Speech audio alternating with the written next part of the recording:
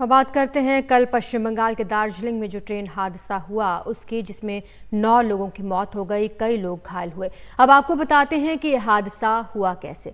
खबरों के मुताबिक रूट पर ऑटोमेटिक सिग्नल काम नहीं कर रहा था और ट्रेनों को चलाने के लिए मैनुअल सिग्नल का इस्तेमाल हो रहा था। जब ऑटोमेटिक सिग्नल काम नहीं कर रहा होता है तब स्टेशन मास्टर एक आदेश, जिसे TA912 कहते हैं, ये जारी करता है और जो ड्राइवर को सभी ऑटोमेटिक रेड सिग्नल पार करने की अनुमति देता है। कंचनजंगा एक्सप्रेस और मालगाड़ी दोनों को TA912 ये सिग्नल जारी किया गया था।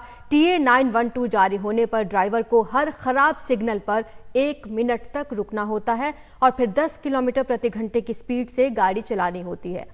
इस दौरान ड्राइवर को 2 ट्रेनों के बीच की दूरी 150 मीटर रखनी होती है, ताकि ये सुनिश्चित किया जा सके कि अगर पहले गुजरी ट्रेन ने सिग्नल क्रॉस नहीं किया तो वो समय पर अपनी ट्रेन रोक सके। रेलवे के मुताबिक मालगाड़ी के ड्राइवर ने इस रूल TA912 की शर्त का उल्लंघन किया था। ज्यादा जानकारी हमारे सहयोगी परिमल कुमार हमें दे रहे हैं।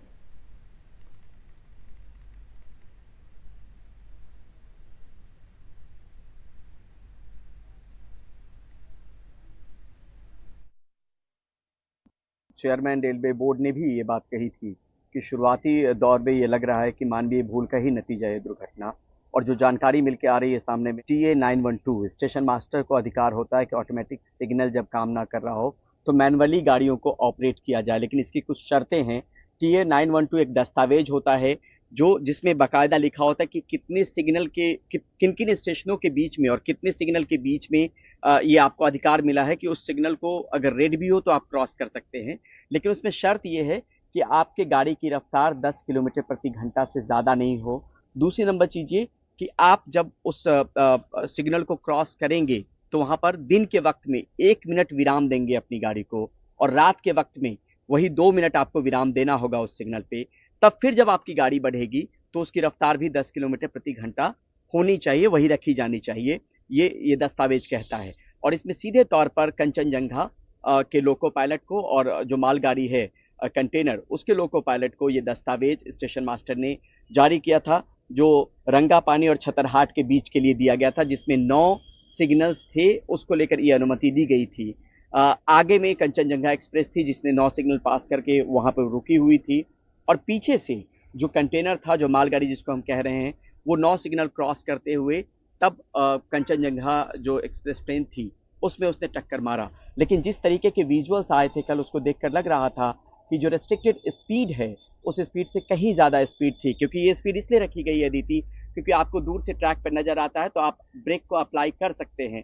और ये इसमें कहा भी गया है कि अगर आपको कोई ऑब्स्ट्रक्शन दिख रहा हो या आपको कोई ट्रेन दिख रही हो तो उससे 150 मीटर की दूरी इस रूल के हिसाब से आपको ट्रैक पे रखनी जरूरी होती है। तो इन तमाम चीज़ों के मद्देनज़र रेलवे की तरफ से यही जानकारी आ रही है कि जो गुड्स ट्रेन के ड्राइवर थे उनसे वो अनदेखी हुई और उनकी स्पीड ज़्यादा थी, और उसके बाद कंचनजंगा से ट्रेन जो है वो टकरा गई। और ये जो पूरा सिग्नल सिस्टम था वो सुबह 5:30 बजे से खराब था, और ट्रेन को इसी जो मैनुअल मोड में चलाने की अनुमति दी गई थी। और इन दोनों ट्रेन, चाहे कंचनजंगा हो चाहे गुड्स ट्रेन हो, मैनुअली ऑपरेट करने के लिए TA912 जारी जरूर किया गया था। लेकिन इस दस्तावेज के हिसाब से लग रहा है कि मालगाड़ी के जो लोको पायलट थे उन्होंने इस नियम और शर्त का, TA912 के नियम और शर्तों का पालन ठीक से नहीं किया, जिसके बाद ये दुर्घटना सामने में निकल कर आई।